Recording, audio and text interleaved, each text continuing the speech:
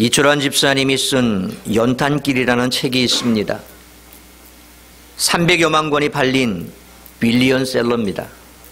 그 책에 보면 먼 불빛이라는 제목의 실화 이야기가 실려 있습니다. 현태란 이름을 가진 아들과 아버지의 얘기입니다. 고등학교 때부터 늘 사고를 치고 친구들과 싸움이나 하고 심지어 남의 물건을 훔치는 모습을 보면서 아버지는 이대로 두었다간 사람 구실을 못하겠다 생각에 얼마나 근심을 하는지 모릅니다. 아무리 타일러도 막무가내인 아들, 언제 교도소로 들어갈지 모르는 위태위태한 자식의 모습을 보며 아버지는 마지막 충격요법으로 아들이 교도소에 가기 전 자신이 먼저 교도소에 가서라도 자식의 교도소 행을 막아보겠다고 생각을 했습니다. 그래서 어느 날 현태 아버지가 어느 귀금속 가게에 들어가 마음에도 없는 도적질을 하는 채 하다가 현장에서 현장범으로 붙잡혔습니다. 절도죄로 교도소에 가게 됩니다. 어느 날 마지못해 어머니를 따라서 면회온 아들에게 현태 아버지는 이렇게 말합니다. 아들아, 이 아버지를 용서해라. 사는 게 너무 힘들어 아버지가 순간적으로 잘못을 저질렀다. 아버지가 이 모양이니 넌들 바른 길을 갈 수가 있겠니? 그러나 한 가지 부탁이 있다.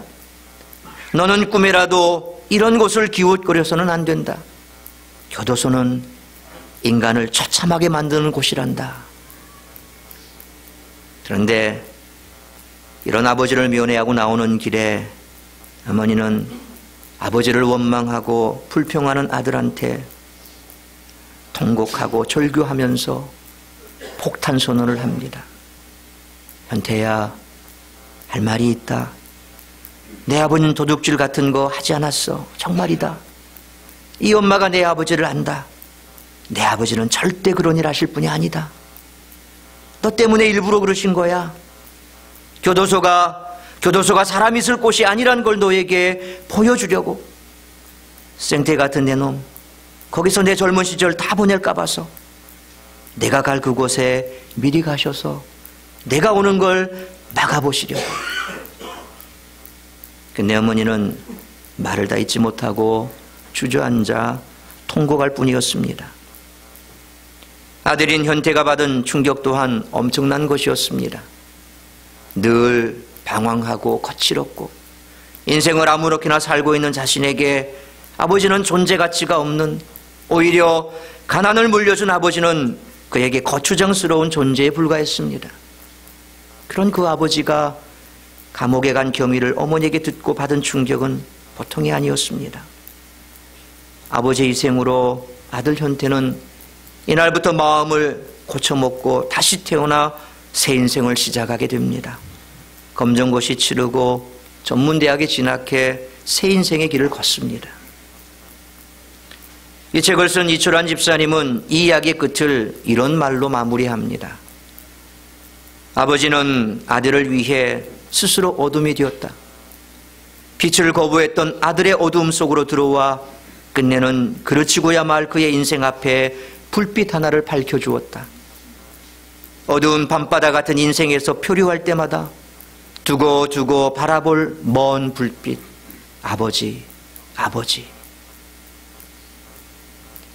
빛을 거부했던 아들의 어둠 속으로 들어와 끝내 그르치고 말 그의 인생 앞에 불빛 하나를 밝혀주었다는 작가의 말이 어쩌면 오늘날 잃어버린 성탄의 의미를 찾는 모든 이들의 심령 속으로 파고드는 베들레헴 들녘에서 들려오는 천사들의 찬양처럼 느껴집니다.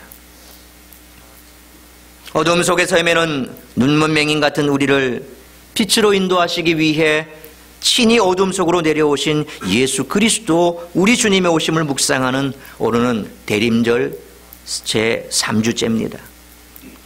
대림절은 주후 4세기경 초대교회에서 지켜지기 시작했는데 성탄절 4주 전부터 시작해서 예수 그리스도의 오심을 축하하고 감사하는 성탄절을 준비하기 위한 절기가 대림절입니다.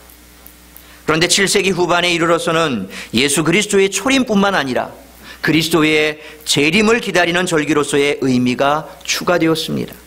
그래서 그때부터 대림절은 단순히 성탄절을 준비하는 기간에서 더 나아가서 이 세상 끝날까지 우리에게 다시 오겠다 약속하신 그 예수 그리스도의 오심을 기다리며 준비하는 기간으로 지켜지게 된 것입니다.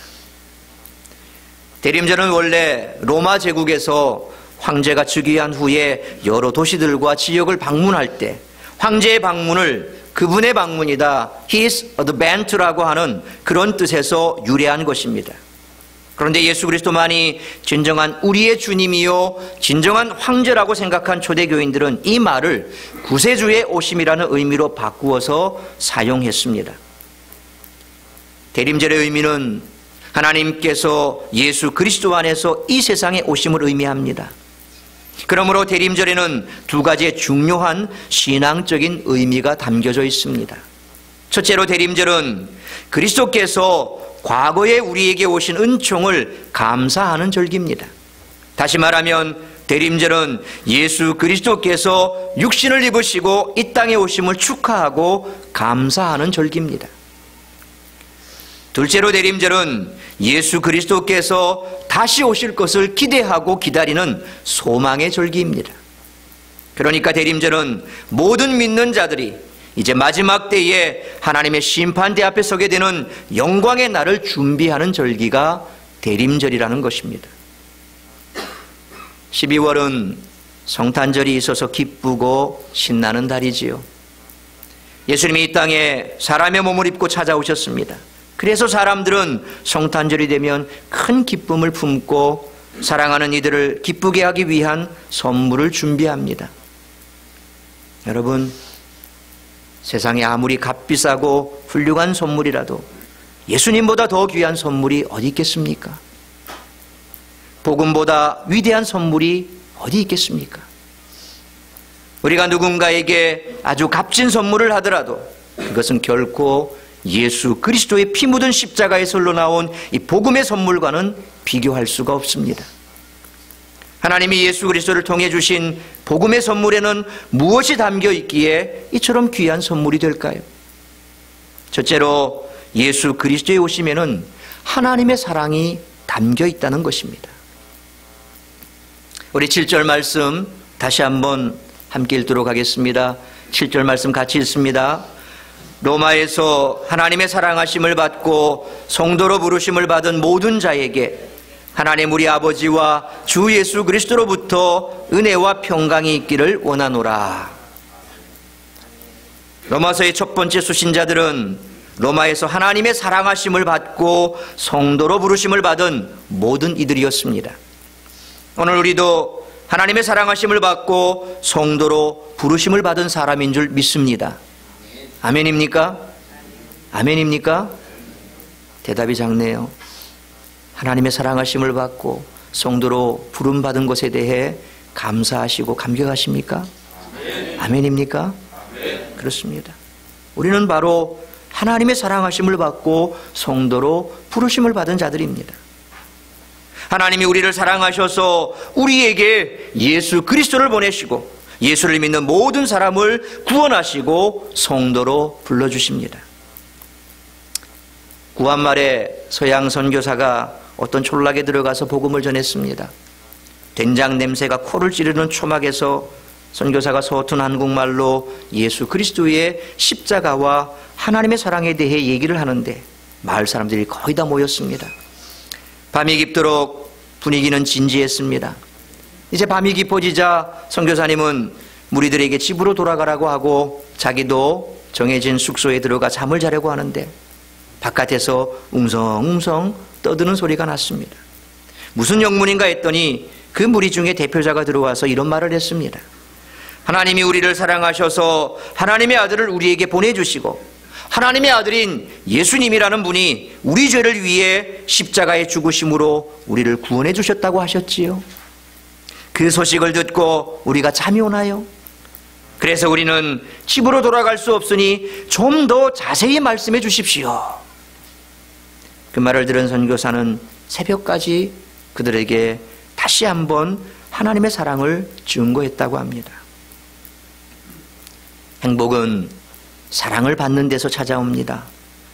많은 사람이 이 세상에서 진정한 행복을 찾아 방황합니다. 사람들은 세상에서 참 사랑을 만나보려고 애를 쓰지요. 그래서 청춘 남녀는 사랑하는 짝을 찾기 위해서 그렇게 애를 씁니다.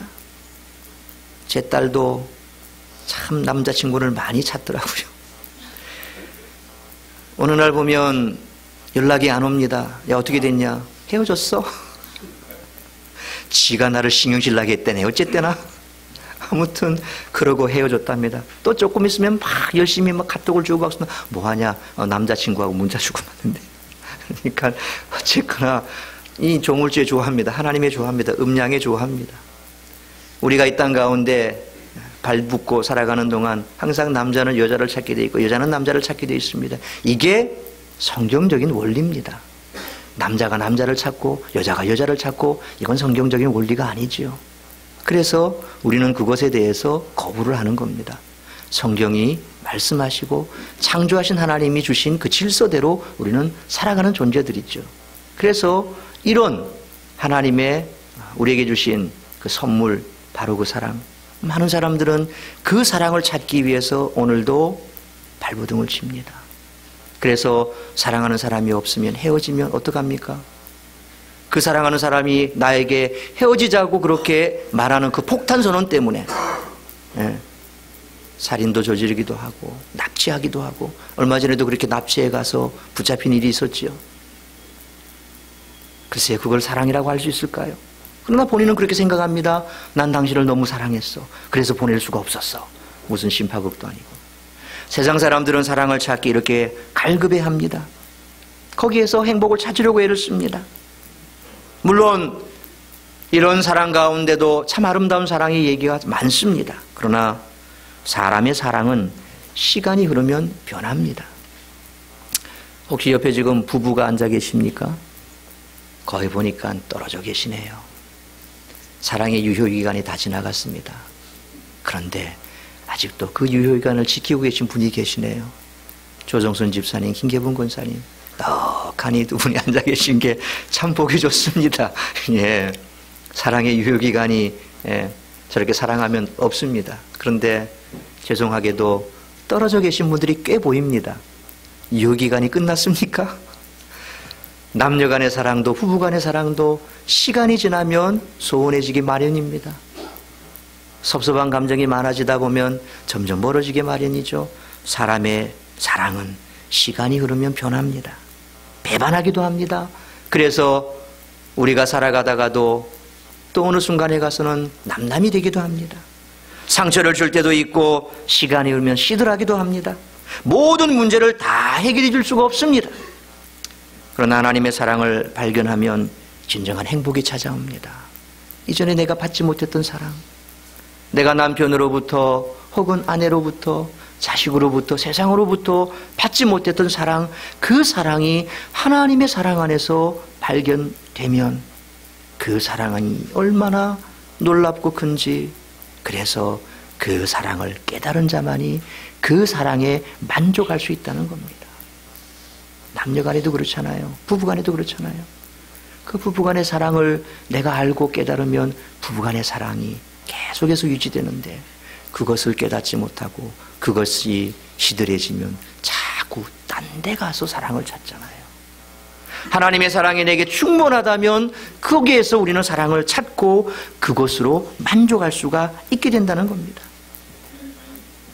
하나님의 사랑을 믿으면 여러분의 인생이 새로워지는 줄 믿으시길 바랍니다. 아멘입니까? 하나님의 사랑을 느껴보려고 애를 써보십시오. 나하고 상관없어. 세상에 내가 무슨 생각을 하든 내가 무슨 말을 하든 변함없이 그 자리에 서서 나를 사랑해 주는 사람이 있다는 것, 얼마나 행복합니까? 하나님의 사랑이 바로 그런 사랑이라는 겁니다. 여러분, 하나님의 사랑을 깨달으면 참 행복이 시작이 되는 줄 믿으시길 바랍니다. 예수님의 탄생은 하나님 사랑을 증명해 주는 사건입니다. 하나님의 독생자를 이 세상에 보내 십자가에 죽게 한 이유는 우리를 살리려는 사랑 때문입니다.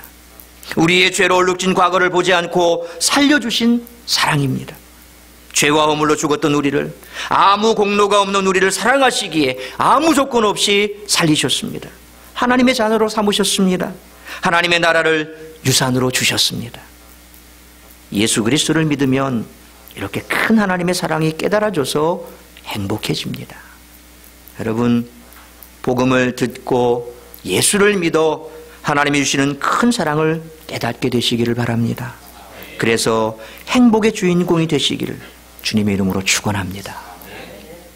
두 번째로, 예수 그리스도에 오시면은 하나님의 은혜가 담겨져 있습니다.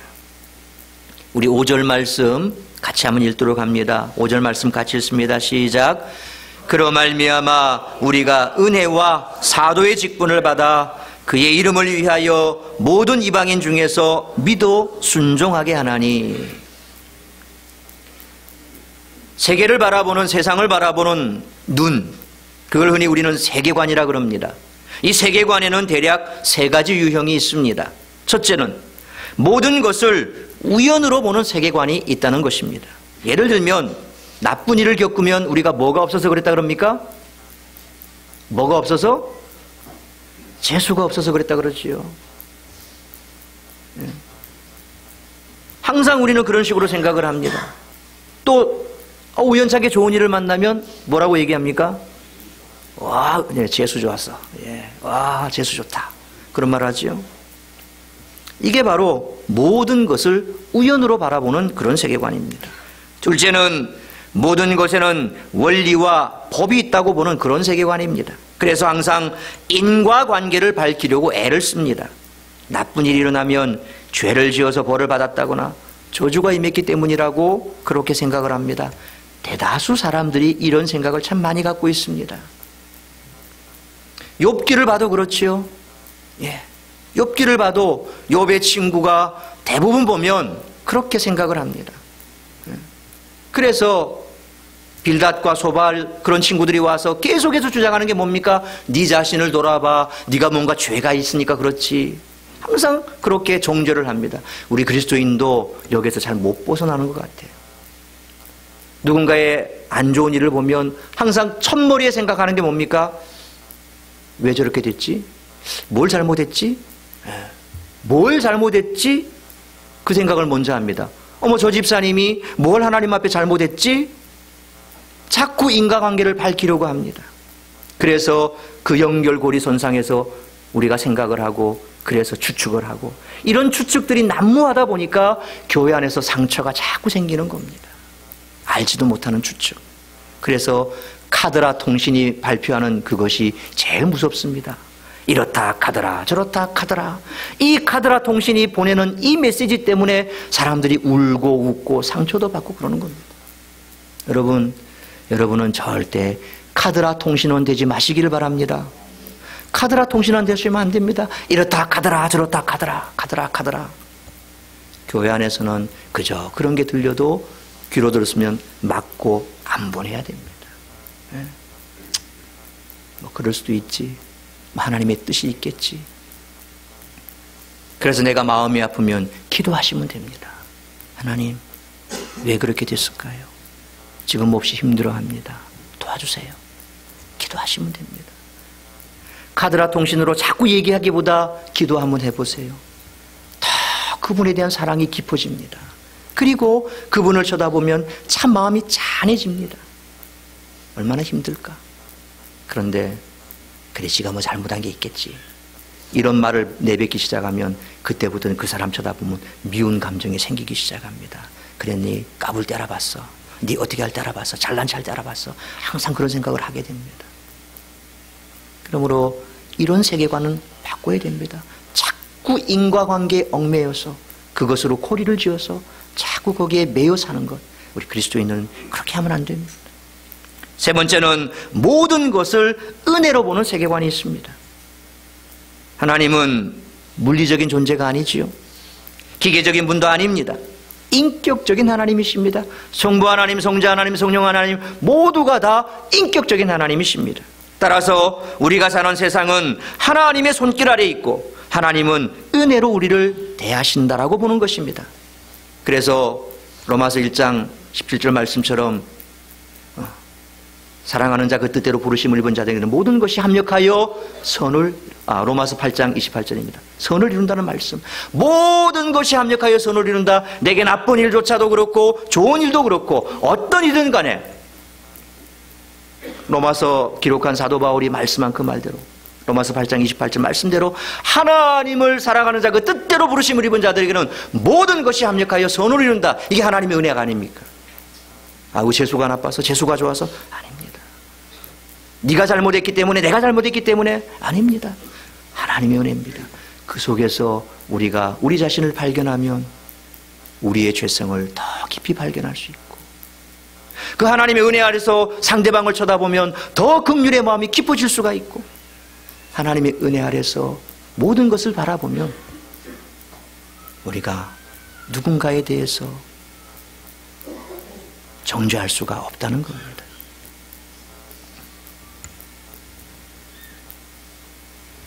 따라서 우리가 사는 세상 이처럼 모든 것이 하나님의 은혜 아래 있다라고 생각합니다. 엄하게 우리 죄를 찾아내 심판하기보다 자유롭게 용서하시고 사랑이 가득한 눈으로 우리를 보시며 은총 베푸시는 그 하나님의 은혜를 우리 또한 날마다 체험할 줄로 믿으시길 바랍니다. 우리를 가장 훈훈하게 만드는 것은 바로 이 은혜입니다. 하나님의 은혜. 하나님의 은혜가 임하면 강박한 사람도 부드럽게 변화됩니다.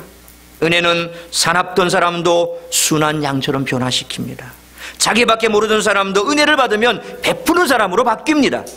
사람들의 이맛살을 찌푸리며 슬슬 피하던 사람도 은혜가 임하면 변화되어 다가가게 편한 사람으로 바뀌게 됩니다.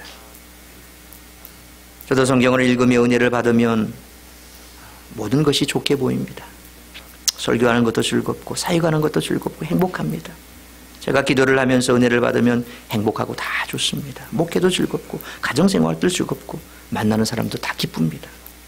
세상에 나처럼 복을 많이 받은 사람이 또 있을까? 그런 생각이 듭니다.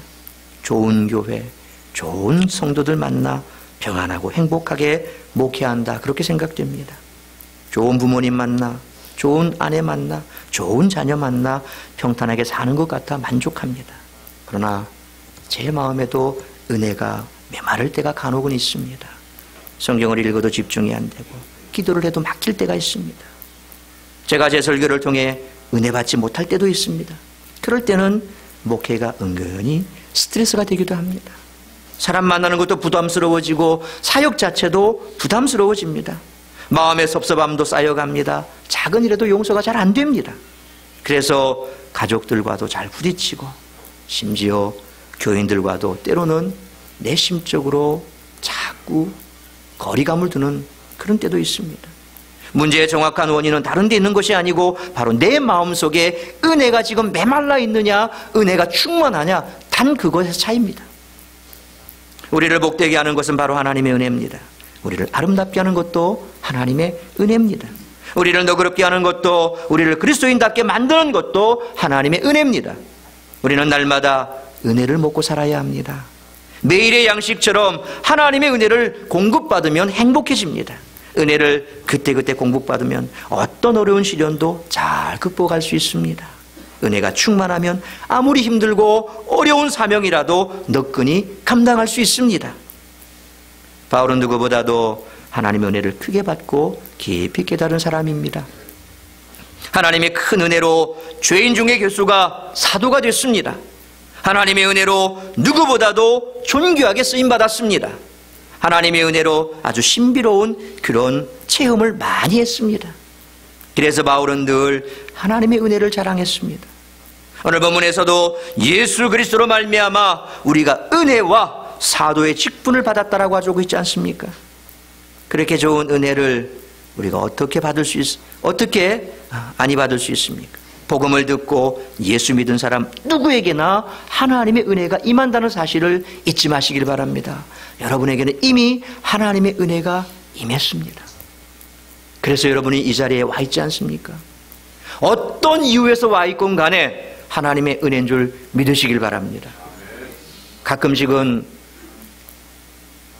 저도 은혜가 메말라지면 고개 숙인 당신을 바라보면 마음이 아픕니다. 여기서 고개 숙인 당신이 누굴까요? 그런데 은혜가 충만하면 얼마나 피곤할까. 그래, 직장 생활이 만만치가 않지. 저도 직장 생활 다 해봤기 때문에. 저도 영업부서에서 서울에서 경기도로 저기 전라도 끝까지 가방 하나 들고 그렇게 직장 생활을 해봤기 때문에 참 직장 생활이 만만치 않다는 거 압니다. 그래서 은혜가 풍부하면 여러분을 보면 측은지심이 생깁니다. 근데 은혜가 메마르면 졸고 자빠져 있어. 저것들이 졸고 자빠져 있어. 이런 마음이 은근히 올라온다니까요. 지금은 제가 은혜가 충만합니다. 예, 계속 주무셔도 괜찮습니다.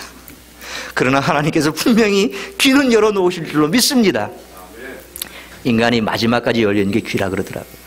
그래서 연로하신 부모님 혹시 모시고 계신 분들, 부모님이 아무것도 말 못하고 못 움직이고 모르는 것 같지요? 귀는 열려 있습니다.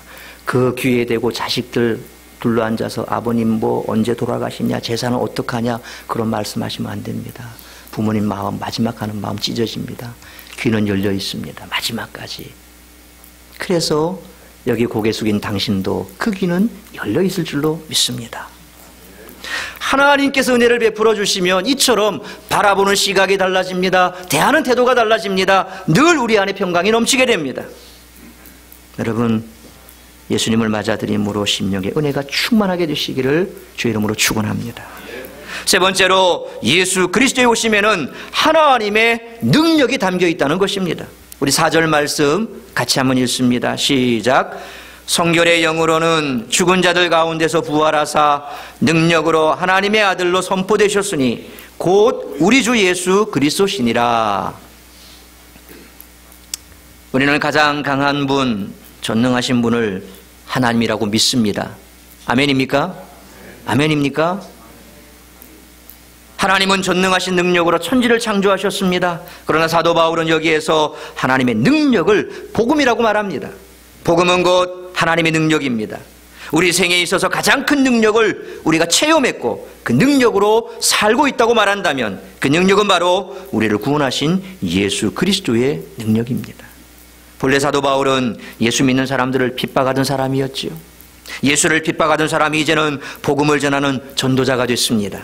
신자들을 죽이려고 살기등등하던 사람의 마음속에 예수의 사랑으로 충만해져서 수많은 사람에게 사랑을 베푸는 위대한 사도가 되었습니다. 그것이 바로 복음의 능력입니다. 이전에는 자신의 지식과 권력을 가지고 사람을 죽이는 데 열을 올렸는데 복음을 받아들인 후에 사람을 살리는 일에 헌신하게 되었다는 것입니다. 예수님을 만나고 나서 영혼을 살리고 육체를 살리며 영원히 살리려는 자신의 전생애를 걸고 달려가는, 그래서 이제는 이 땅의 것이 전부가 아니라 내가 보이지 않는 저 천국이 내 삶의 마지막 나의 소망이라고 하는 사실을 붙들고 살아가는 그런 사람, 그렇게 바뀌어 있지 않습니까? 여러분 어떻습니까? 여러분도 그렇습니까? 여러분도 그렇습니까? 아직 아닙니까? 아직 이 땅이 좋습니까? 그렇죠. 아직 이 땅이 좋죠. 가볼 데도 많고 할 일도 많고 아직 못한 것도 많고 그러니 이 땅이 좋지요. 그러나 적어도 우리 마음 한 군데만큼은 그래, 여기보다 천국이 더 좋아, 여기보다 천국이 더 좋아, 그런 생각들을 가지셔야 됩니다. 내 속에 예수 그리스도가 들어오면, 적어도 성령이 임하시면 그 천국에 대한 소망이 싹이 튼다는 겁니다. 그래서 그 싹튼 천국의 소망이 점점 자라서 열매를 맺고 튼튼한 나무가 되면 우리도 같이 늙어가겠지요. 나이가 들어 늙어가겠지요. 그러면 그 싹튼 나무에서 열린 천국의 소망의 열매를 먹으면서 마지막 평안의 임종을 맞이하셔야 된다는 겁니다. 천국을 떠나갈 순간까지 내가 이 땅이 좋사오니, 이 땅이 좋사오니, 아직 내가 하지 못한 게 많사오니, 내가 누리지 못한 게 많사오니, 이걸 버리고 못 가니 가슴 아파오니, 이런 식으로 생각하고 자꾸 이 땅의 것만 붙들고 있으면 못 떠나간다는 겁니다. 그래서 연세 드신 분, 야야, 내 나 빨리 죽을란다. 여기 처녀가 시집 안 간다는 말, 노처녀 시집 안 간다는 말, 노인네가 빨리 죽고 싶다는 말 다 거짓말이라 그러잖아요. 근데 정말 이 천국에 소망이 있으면 그럴 때 다 내려놓습니다. 그리고 하나님께서 불러주심을 기다립니다. 그런 우리의 삶이 어디에서 이렇게 변화가 옵니까? 바로 예수 그리스도 복음의 능력이 내 속에 들어왔을 때 그와 같은 우리의 심령의 변화가 나타난다는 겁니다. 사람의 능력은 제한된 것이고 유한한 것입니다. 그러나 하나님의 능력은 무한합니다. 당시 세계가 로마의 지배 아래 있었습니다. 그래서 로마가 주는 평화 속에서 그들이 있었다. 로만 팍스라고 얘기합니다. 로마가 주는 평화. 모든 세계의 권력은 로마 아래 있었습니다. 로마가 무력으로 약소 국가들을 침략하고 강탈의 노예로 삼았기 때문에 그 힘은 무서운 것이었습니다. 그런데 사도 바울은 그보다 복음의 능력이 로마의 세력보다 훨씬 강하다라고 선포합니다. 복음의 능력은 어떤 사람도 구원시키는 능력이기 때문에 그렇습니다. 이 세상에서 가장 큰 힘은 바로 복음의 능력입니다. 복음은 곧 하나님의 능력이 담겨진 폭탄과 같은 것입니다. 그래서 헬라 말로 보면 능력이다 하는 말을 디나미스라고 얘기합니다. 디나미스. 이 디나미스라는 말에서 영어로 나온 말이 뭐냐면 다이너마이트입니다. 이 복음이 선포되는 곳마다 이 다이너마이트와 같은 폭발하는 그런 능력이, 강력한 힘이 나타나기 때문에 복음은, 능력은 바로 디나미스, 다이너마이트 같은 폭발력이 있다는 겁니다. 죽음의 세력도 이기는 하나님의 능력이 나타나죠. 그래서 사도 바울은 오늘 본문 4절에서 예수님이 죽은 자들 가운데서 부활하사 능력으로 하나님의 아들로 선포되셨으니라고 기록하고 있는 것입니다. 죽음의 권세를 물리치시고 다시 사심으로 그분 안에 큰 능력이 있음을 증명하셨다는 말씀입니다. 죽음에서 부활하는 능력보다 더 큰 능력이 어디 있겠습니까? 죽으면 끝입니다. 인간은 죽으면 끝입니다. 그러나 예수 그리스도께서는 죽음의 권세를 깨고 다시 사셨습니다. 이보다 더 큰 능력 있는 사람이 누가 있겠습니까? 그런데 우리가 예수 그리스도를 믿으면 그런 능력을 소유하신 예수님이 우리 안에 오셔서 영원히 떠나지 않으시고 함께 계십니다. 그러므로 두려워할 것이 하나도 없습니다. 염려할 것이 전혀 없습니다. 능력 많으신 예수님이 우리를 보호해 주십니다. 예수님이 우리의 필요를 공급해 주십니다. 예수님이 우리 대신 싸워 주십니다. 그래서 예수님이 우리에게 오시면 병마가 떠나가고 사람의 인술로 해결되지 않는 각종 질병에서 고침을 받기도 합니다. 복음을 듣고 예수님을 모시고 살면 온갖 악한 영의 저주가 다 풀려집니다. 예수 그리스도 안에 놀라운 능력이 있는 줄 믿으시길 바랍니다. 복음을 듣고 예수님을 모셔드리시길 바랍니다. 캐나다 온타리오에 있는 크리스천 엘레멘터리 스쿨에 있던 그 학교에서 있었던 사건입니다. 크리스마스가 가까우니까 어느 날 이 학교에서 성탄절 연극을 준비하고 있었습니다. 그래서 연극 배우들을 모집하고 또 그들 가운데서 이제 배역을 정하는데 어떤 한 학생이 너무 연극을 하고 싶었습니다. 4학년 학생인데, 그런데 안타깝게도 이 학생은 정서장애를 갖고 있는 학생입니다. 이름은 랄프였습니다. 말도 더듬고 생각도 그렇게 민첩하지 못해 어떻게 연극을 할 수 있을까 선생님이 걱정이 됐습니다. 그런데 우리나라와 달리 외국, 캐나다, 미국 이런 학교 선생님들은 아이들에게 다 용기를 주잖아요. 그래, 너 할 수 있어, 너 할 수 있어. You can do it, you can do it. 너 할 수 있어, 너 해봐. 그래서 선생님은 이 랄프가 너무 하고 싶어 하니까 뭔가 어떻게든 용기를 주고 싶었습니다. 그래서 배역 하나를 맡겼습니다. 가장 대사가 적은 배역 하나를 찾아냈습니다. 그게 뭐냐니까 여관 주인이었습니다. 이제 요셉이 임신한 마리아를 데리고 와 여관문을 두드릴 때 이 여관 주인이 하는 말 딱 하나, 빈방 없어요, no vacancy. 빈방 없어요, 요 한 말. 빈방 없어요 라고 말만 하면 되니까 랄프도 감당하겠어 라고 생각을 했지요. 그래서 선생님이 열심히 연습을 시켰습니다. 발음 연습도 시키고 그렇게 연습시켰습니다. 한마디 말이니까 또박또박 잘하겠지. 빈방 없어요, 방 없어요. 그 3번 말 3마디만 하면 됐습니다. 한 번에 물러간 것이 아니라 큰일 났네요. 이 사람이 아기를 낳을 것 같아요. 어떻게 좀 봐주세요. 그러면 방 없어요. 방 없어요. 방 없어요. 오고 세 마디만 하면 끝나는 거였습니다. 이제 연극이 시작됐습니다. 요셉이 마리아를 데리고 여관 앞에 도착했습니다. 여관 문을 두드립니다. 주인이 나옵니다. 랄프가 나와서 또박또박 연습한 대로 말했습니다. No vacancy. 방 없어요. 그러나 요셉과 마리아가 다시 매달립니다. 큰일 났어요. 이 사람이 곧 아기를 낳을 것 같아요. 어떻게 저에게 방 하나 줄 수 없어요? 방 없어요. 두 번 잘 끝났습니다. 한 번만 더 방 없어야 하면 됩니다. 근데 또다시 요셉이 애원을 합니다. 사정하겠습니다. 이 추운데 어디로 가란 말입니까? 곧 아기가 나올 것 같아요. 그 말에 랄프가 갑자기 정서가 다 무너졌습니다. 그리고 눈물을 글썽글썽하면서 큰 소리로 이렇게 말합니다. 그러면요, 제 방으로 오세요. 방 없어요 그러면 되는데 이 랄프가 얼마나 마음이 여린지. 애기 곧 나올 것 같다니까 빈 방 없어요. 대본대로 안 하고 그냥 다 잊어버리고 그러면 제 방으로 오세요. 연극은 엉망이 돼버렸답니다. 그런데 이 랄프의 한마디, 눈물을 글썽이며 그러면 제 방으로 오세요, 이 말에 오히려 거기 앉아있던 어른들은 다 숙연해졌다고 합니다. 사랑하는 성도 여러분, 누가 그리스도를 받아들일 수 있습니까? 오늘 랄프처럼 제 방으로 오세요. 내 인생의 방으로 오십시오. 저에게 오십시오. 이런 단순한 마음을 가진 사람이 바로 주 예수님을 영접할 수가 있습니다. 가난한 마음을 가진 사람들의 마음 속에 하나님의 아들 예수 그리스도는 지금도 오십니다. 문 밖에 서서 두드리고 있습니다. 여러분의 마음의 문을 두드리고 있습니다. 여러분이 문을 열어줘야 됩니다. 여러분이 마음의 문을 열지 않으면 주님은 들어갈 수가 없습니다. 성탄의 계절에 예수 그리스도가 여러분들의 가정에, 여러분들의 마음과 삶 속에 오셔서 영원히 함께 계시기를 축원합니다. 기도하겠습니다.